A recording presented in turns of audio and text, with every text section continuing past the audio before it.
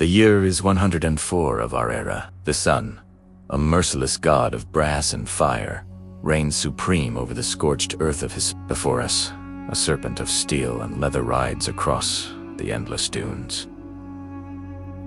This is the Legion, men of iron, now melting under a sky the color of bleached bone. We are marching. Why? The orders came from a man in a cool, marbled room. A man who has never felt the sun's teeth on his neck, or the chafe of sand in his armor. For us, the reason is simpler. Survival. Each step is a negotiation with the sand, a thief that steals our strength. The dune ahead is a wave, frozen in the moment before it crashes. To climb it is to fight the world itself. The man in front of me, Lucius, his breath is a rasping saw, cutting through the silence. His shield, once a proud eagle, is now just a mirror for the blinding sun, a weight that pulls his shoulder from its socket. We don't speak. Words are moisture, and moisture is life. We, savebot, look at their faces.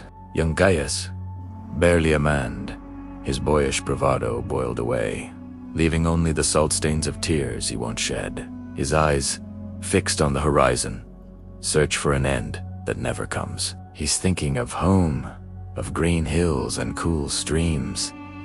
We all are. Home is a ghost that walks beside us, a krill mirak. Further ahead, Centurion Cassius, a rock of a man, his face a roadmap of forgotten campaigns. Even he squints, his authority dwarfed by the sheer, indifferent scale of this wasteland. The heat haze dances on the sand, blurring the line between what is real and what is fever dream. The column stretches back, a line of ghosts shimmering in the oppressive light. We are a single organism, moving with one pained, shuffling rhythm. The clink of armor, the groan of leather, the sigh of sand under 1,000 sandals.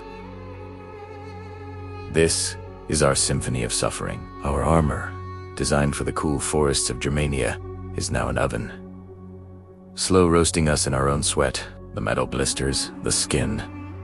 Every movement is a fresh torment, is T's glory, to be baked alive in the name of an empire that has forgotten our names. Glory is a concept for poets, and here, there is only the sun, the sand, and the next step. We are not conquerors here. We are pilgrims, paying penance for a sin we did not commit. Our enemy is not a barbarian with a painted face. It is the very air we breathe, the ground we walk upon. It is an enemy that does not bleed, that cannot be reasoned with, that will simply wait for us to fall. Water. The word is a prayer on cracked lips. The water skins are nearly empty, the liquid inside warm and tasting of leather and despair. Each rationed sip is a fleeting moment of life, a brief reprieve before the thirst returns. Sharper, more demanding. We see mirages, shimmering lakes, cities of cool stone. We know they are lies, but for a heartbeat, we let ourselves believe. Hope is a dangerous luxury, but sometimes it's all we have left. The mind plays tricks. I see the faces of the fallen, not from battle, but from this march. Men who simply sat down and refused to rise again. Their spirits broken before their bodies gave out. We leave them where they lie. We cannot carry the dead. We can barely carry ourselves. The sun begins its slow descent, painting the sky in hues of blood and fire. There is no relief. The heat of the day radiates back from the sand, a phantom sun that cooks us from below. We will make camp soon, a cold meal of hardtack and dried meat. A few hours of restless sleep on the cooling sand. The stars are only canopy. The silence of the desert night is profound, broken only by the coughs of men and the whisper of the wind, a sound like a lament for the lost. In the dark, we are no longer soldiers. We are just men. We huddle for warmth against the plunging temperature, sharing stories of another life.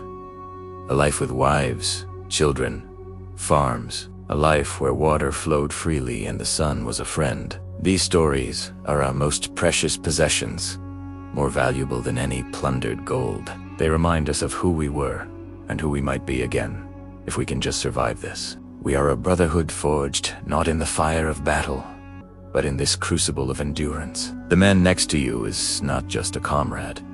He is your reason to take another step tomorrow. As dawn breaks, a new day of the same hell begins. The sun rises, and with it, the familiar dread. We rise, our bodies aching, our spirits frayed. We check our gear, share what little water remains, and turn our faces once more to the east. We are the 10th Legion, the Fretensis.